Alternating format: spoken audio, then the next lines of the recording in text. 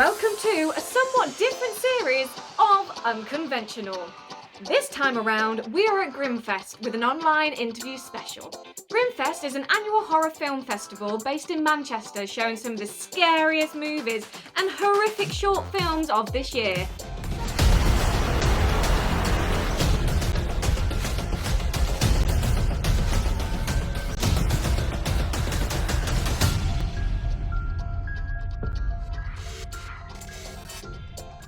Is it safe to come out yet? Over to you, Kieran. Thanks, Fran.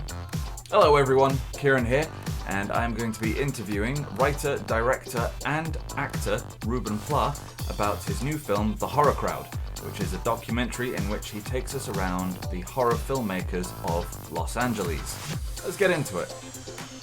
Hey there, Kieran. Hey, how you doing? Good. I like your back wall there.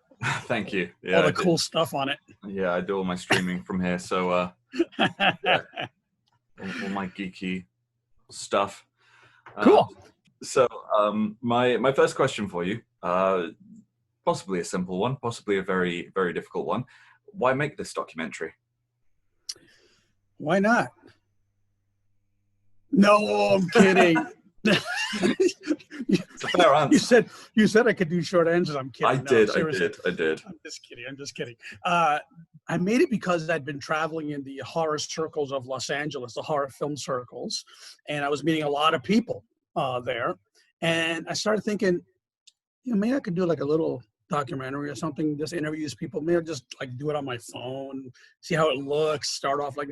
So I had lunch with my good friend Hank Braxton, who ended up being co-producer on the film. I'm sitting there at lunch, and I said, I'm thinking of doing this thing maybe on my phone, interviewing people that we know. He goes, why don't I get you like a couple of cameras? I said, oh, that sounds good. Yeah. He goes, and we could also shoot some of the scenes in the studio that I work at, blah, blah, blah. I go, yeah, I guess. And it's a nice lighting kit and sound kit. So I started going from there. And then we approached his wife, Ariel Brockfeld, who ended up being my producing partner, who's also a good friend of mine. And it exploded from there. Just started asking people one by one, you want to be in this documentary? And they all said yes. They all lined up. They wanted to do it. They wanted to share their secrets, their lives, their loves, their first horror movies, all those things with you, the audience. So that's how it happened. That's really cool. I like the idea that they wanted to share as well. I know when you're directing, sometimes there are subtle nuances that you put into a film or a piece of theater or something that goes unnoticed, but does have an effect on the overall film. And it must be nice to be able to actually go and say, hey, here's what we did. Otherwise, directors' commentaries wouldn't be so popular. Yeah, I got to tell you something, Kieran. I have been like literally shocked by the reaction I've been getting. I had a lot of reviews. I'm talking about, 30 reviews so far, and 99% are positive. But beyond that, the people doing the reviews, and even some other people, non-reviewers just on Twitter saying, oh, I just saw this at Fright Fest, blah, blah, blah. And, it really affected me. These people are being affected by the movie. It's like speaking to them, the horror aspect of it. These are people who live, like in the horror world, and some of them don't have a horror crowd where they're at, maybe in a small town somewhere, who knows? And they can relate to the people. We have like 37. I interviewed 37 people in this movie, all different types, from the big ones, Lynn Shay and Russell Mulcahy and those kind of people, to independent guys who are just starting out. And there's always somebody they can relate to, and people telling me in the reviews, and they tweet and say, it really spoke to me, it really affected me. And I tell you, I'm like thrilled to death by that. That's fantastic. Yeah. Now you've got a bit of a history working in film, in horror, both in front of and behind the camera. Was there anything that you discovered either through interviews or through your research for The Horror Crowd that actually took you by surprise? Yes. And I'll elaborate. I won't just say yes. A couple of things that just jump right to my mind is Mike Mendez, when I'm interviewing him in the documentary, The Horror Crowd, he says that the first movie he ever saw, horror movie, was The Hills Have Eyes at age 3. Wow. I'm like, and I react like this, and that's not like an acting reaction. That's like real. I was shocked at age 3 that he would see a movie that he would be taken to see a movie like that by his parents, but it made him who he is, the filmmaker, the horror filmmaker who he is. And then Lynn Shay, the acclaimed actress from the Insidious film franchise, says in the segment that I called the dark side, she goes, yeah, I have a dark side. You know, I can be not so nice. That was a revelation, because she's such a sweetie pie in real life. I've known her for 10 years. And it was really interesting. You know, I can be kind of jealous sometimes, she says. So yeah, there were a couple of, a lot of other things too, but those are the ones that jump out at me right now, revelation-wise. Yeah. Amazing. Wow, 3 years old. Right? That's how I reacted. The face you have right now, that's the face I had when he told me. It's lucky he turned out so well. He turned out well. Well, he's pretty like stable, I think, you know, but his movies are, you know, as he says, that probably effed me, you know, watching that movie that early. So, you know. Yeah. So having worked on horror yourself, like for me personally, my favorite elements of a horror film are when, you know, my heart is racing. I've got the adrenaline going. I know I'm watching something on screen, but my fight or flight is still wondering whether it should be triggered. I like that, fight or flight. That's good. Running off to the bathroom so I can miss the scary scene. Oh, that's funny. Do you find that having worked in horror cinema and also having done this documentary, worked with people behind the scenes, that it spoiled the magic a little bit for you, or do you still have the love for it? Not at all, and I can point to a specific moment where I know it didn't, because I acted in the film Insidious, James Wan's Insidious, and even though I was in that film, you know, I was on the set and saw it all happening and all that. Literally the night when I saw the premiere of that movie, I went home. I was afraid that the red lipstick demon that Joe Bishara played was hiding in my closet. And I'm not kidding. I was afraid of that movie after I saw it. It was just so moody, so well put together. The music, all the acting, you know, Lynn Shay, Patrick Wilson, Rose Byrne, Barbara Hershey, some guy who played the doctor, but he was okay. And but seriously, that movie was so scary when I saw it. And then that night, and for a few nights after, I'm thinking, is that demon in my closet? So yeah, I can tell you that I still get affected by things, even if I'm on set. That's for fact. Was the actor who played the antagonist? How was it for him on set? You mean the red lipstick face demon? Well, that's Joe Bishara, who's actually the composer of Insidious too. He's also a friend of James Wan, and because he was terrifying. Well, yeah, that's why I thought he was in my closet. He's very laid back. He's a laid back. Well, he's a composer, a true artist. You know, he's composed Conjuring, Insidious, and many others. And he just, and he's not an actor. He's a composer, but he knows James, and James liked his look. And the demon didn't have any lines, didn't have to really, you know, have scenes and conversation, just have looks. And he executed those very well. But yeah, I don't think he had a traumatic effect after that, playing himself. No, I mean, playing the character. It reminds me of Tim Curry as Pennywise, and how he described his time on set as being very lonely, because nobody wanted to be near him. So many people were scared of him. I bet you could probably do an entire documentary on the loneliness of horror villains. Of horror villains? It's funny you bring up Tim Curry, one of my favorite horror actors, all-around actors of all time. I love him as Pennywise, but I actually like him even more as Darkness in Legend, Ridley Scott's Legend. Because he's got literally, I don't know, 50 more pounds of makeup on him with the freaking horns and everything else, and the chin, and yet his performance is unbelievable. He emotes so much and just says, I laugh when he looks back. Oh my God, I can see it right now. So Tim Curry's like, and of course, Frankenfurter in Rocky Horror. Obviously. Just one of my, amazing, he's amazing in it. Just one of my all-time favorite actors overall. And yeah, I bet he was lonely. What was your favorite moment when making the documentary? You know, I'm not trying to avoid the question, but there's so many. I mean, like I mentioned already, you know, The Hills Have Eyes at age 3, I have a dark side. I can be, not so nice and jealous. Those are real top ones. Russell Mulcahy, here it is. Russell Mulcahy, director of Highlander, Resident Evil, Extinction, and Razorback, and who was an angel of a guy. Do you know Russell Mulcahy? You know his work? Yeah, I'm a director. big Highlander fan. Oh my God, love it. And we spent a lot of time on Highlander and the other Resident Evil and Razorback. I like to dedicate time. I'll get back to Russell in just a moment because I love him. I like to dedicate certain segments to certain movies. Alien, as you saw, that's has a big chunk. The Exorcist, all these other Night of the Living Dead. That's like affected a lot of the filmmakers, and also the racial relations, the social impact of that film. So we have segments about a lot of films. But with Russell, I didn't forget.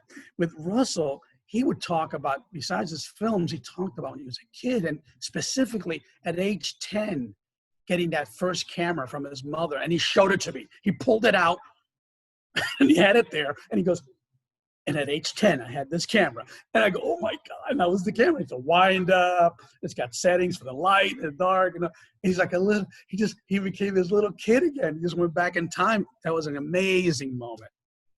Excuse me 1 second. I want to have a little sip of my vodka. I hope you don't mind. I'll go for it. It's 5 o'clock somewhere. It's water. It's okay. It's water. It's 9 a.m. here. I'm not having vodka. Anyway, go ahead, Kieran. If, and hopefully when, you make a sequel, is there anyone that you would like to have in it that you weren't able to get in this first one? A lot of people ask me about that kind of thing. Friends and interviewers alike, they ask me about that. I would go in a different direction. I may do like the sci-fi crowd and just focus on sci-fi, or the fantasy crowd. Even though the horror crowd has elements of sci-fi and fantasy, it's mostly horror. Maybe do that kind of thing. Again, I may not even go that route at all, because I also do narrative. I have like a bunch of narrative scripts, like 10 narrative scripts that I've written, polished, ready to go. Sci-fi, horror, fantasy, romantic comedy. I don't care. If it's a good script, it's all I care about working on. Seriously. I have a supernatural thriller. I have a fantasy adventure, everything. So as long as it's a good script, I'll work on that. So as far as a sequel, if I did just do a sequel and I didn't go narrative route, if I had to focus on one person, I don't know if I'd focus on one person. I may do like 2 or 3 people. I don't know. I'm not going to name anybody, but just maybe do like follow 2 or 3 people and follow them on the set and throughout, and get more in depth on each one. I got so much footage. I got about 40 hours of footage. I know people, they can't believe when I tell them 40 hours that I had to get down to 92 minutes. I could make 10 movies. Because everybody had so much to say that I had to, okay, what am I going to use? I'm going to use that. All I got to use is about the women in horror, all race relation. I got to use that. So I took the best of everything and made my segments. You can see they're all segmented, which flow into each other. People talking about, this and that, and I like, dressing up. Oh, let's go into Halloween and makeup and this. So I like to segue and not just jump all over the place with no thought. But as far as a sequel, I would focus on 2 or 3 of them if it were going to be a horror crowd sequel. 2 or 3 and follow them more in depth if I were going to do that. But I may go the other route. I may go narrative and just do one of my, supernatural thrillers or horrors or whatever. So that's the answer to your question. If you're ever in need of a British actor, I'll send you my CV over. Oh, sounds good. Sounds good. Thank you, Kieran. I really like the idea of the different genres for it as well, because a lot of them say if you were to do a sci-fi one, for example, then there's certain bleeding with films like Alien and Event Horizon that sci-fi and horror they go hand in hand. And I truly believe that. I truly believe they do. That's why I say, that's why I focus on 3 aspects of the film, of cinema: horror, sci-fi, fantasy. You got Russell with the sci-fi and fantasy. You got Alien. We got Charles de Lauzirika and Cyrus Voris talking about Alien, because they both have a lot of expertise in that. And you got the basic horror with Mike Mendez and many others, Adam Robitel. So I tried to put all, even though it's called the horror crowd, it covers all 3 of those. But I thought that it would be a little unwieldy to call it the horror, sci-fi, fantasy crowd. So I just called it the horror crowd. Yeah. I mean, I think one of the very interesting things about the genre of horror itself is that all the films that I've seen for GRIMMFEST, for example, if you stripped away the horror element, you could still have a complete film. The horror is an element that adds to it. Absolutely. It just fits in so well with like so many different genres. You know, you take a movie like Scream, you take away the horror, and you've got a teen comedy. It's great. It's great. It's No, Scream is great. Scream is great. Some of the sequels weren't as great, but the first one is great. I'm all about the script. That's where I care about, Kieran, as I've mentioned to you before, and I've mentioned to many other people. To me, if it's a solid, tight script that's engaging and thrilling, I don't care. I don't care if it's horror, sci-fi, fantasy, if it's adventure, if it's romantic comedy. People go, really? I go, yeah. If it's a really good script, I'm involved. I'll either act in it or direct it. I don't care. Or write it. So yes, the script is all it is for me. You want to have good actors, obviously, saying those lines, but it's going to be a detriment if you don't, and good director and hopefully good production value. But special effects or more blood or more this or that doesn't matter to me if the script is a piece of junk. So, yeah. What advice would you give to anyone trying to get into the horror crowd? I'm going to answer just in general, because in a horror crowd, people we know, you just get in by, first of all, you have to be in Los Angeles, and you have to like go to screenings and support each other and get to know each other and all that. We touch upon that in the Jump Cut Cafe segment, where that was our club, as we call it, our cheers. We used to meet there and just hang out, and Wes Craven's there and so-and-so's there. And, it was like really a tight-knit club. It's gone now. It went away, unfortunately. I do a rest in peace segment of it, memoriam, in the documentary. I put up the tombstone. But so you have to be in LA to meet those people and support them, go to their films and work on their films, and they work on yours and all that. So for that, how to get into the horror genre, you got to love horror. You got to love to just be immersed in it. You got to I was going to say not be scared of it, but then again, I got scared at the demon from the city. So, but that's different. That didn't last forever. Some people, I say, hey, you want to look at this horror movie? And they're screaming. I can't look at horror. Well, you can't be that way. You're not going to make it in the horror world. You just aren't. So you got to, and if you're really like all in and you write and direct and act or whatever, then you're really going to have more chances to work on other people's films. So I would say have a love of the genre, and it could be also a love of the genre, but also I love Halloween. Oh, and I love comic books and this. All those things can lead you into horror, as we say in the documentary, The Horror Crowd. Brea Grant got into horror through comic books, and this guy got into horror through sci-fi and reading fantasy books, and so there's many ways to enter the horror community, the horror crowd in general. Okay. And just as a sort of sign-off kind of thing, is there anything you'd like to say to our audience about the horror crowd, about any other projects you'd like to talk about? I'd like to say thank you, GRIMMFEST, for having my film there. It's coming up in October. I'm looking forward to it. I can't wait to see the reactions. I wish I could go there. I would have gone there, obviously, if things were different, but they aren't. But I think the virtual has a lot of possibilities, opening the audience up. A lot of more people throughout England who wouldn't be going to Manchester normally can see it, and Northern Ireland can see it. So I think it opens up a lot of possibilities and more viewing audience, and hopefully then distribution because of that. So thank you, GRIMMFEST, seriously, for everybody there. It's been very helpful. Always, I asked them questions. They answered me just like that. And very, very helpful, all of them there. As far as future projects, like I said, I got a bunch of scripts ready to go. And hopefully if somebody offers, hey, you got any scripts? You want to direct something? I'll go, which one do you want? Pull out the one you want. And lastly, during this quarantine, I didn't want to stay home and, twiddle my thumbs and do nothing. So I shot a horror short while in quarantine. Shot it outside. I live near the woods, so I shot it in the woods, and I'm happy really excited about it. I love the footage. I'm going to start editing that together as soon as this festival thing dies down right now, because we got into a bunch of festivals right now. So, but right now, GRIMMFEST is my focus. Fantastic. Looking forward to seeing that short as well. Thank you. Okay, well, thank you very much for speaking with us today. And my pleasure, Kieran. Thank you so much. I hope you enjoy the rest of GRIMMFEST. And I certainly will. See you soon. Take care. It was a pleasure. And you. Thank you. Bye. Bye-bye.